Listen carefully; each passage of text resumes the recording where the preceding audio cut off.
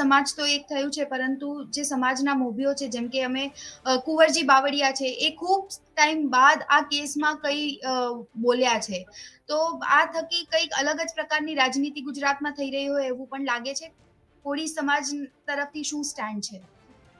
જો ખરેખર એને બોલવું જ હોય તો 4 દિવસ અમે મામલતદાર કચેરીની અંદર ન્યાય માટે બેઠા ત્યારે કેમ ન આવ્યા? ત્યાર પછી 24 કલાક અહીંયા 144 ની ધારા લગાડવામાં આવી.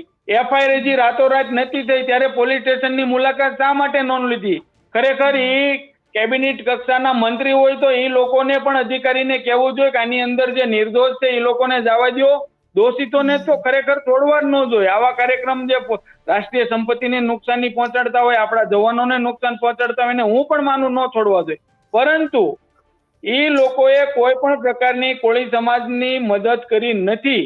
માત્ર ને માત્ર છેલ્લે આ લોકો ખરેખર તો આ સંવિધાન અને ભારતના કાયદા વ્યવસ્થા ઉપર અને ન્યાયપાલિકા ઉપર અમને પૂરેપૂરો ભરોસો છે. અમે નિર્દોષ હતા એટલા માટે આજે બધા નિર્દોષ એને જામીન મળી ગયા.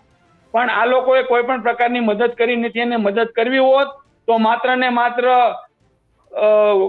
307 ની કલમ ન લાગે અને આ બધું અટકી શકે એવું હતું. પણ એ લોકોને તો કંઈક અલગ જ કરવું હતું, પણ એ થયું નહીં. નેક્સ્ટ રણનીતિ હવે આવનારા દિવસોમાં આપની શું હશે?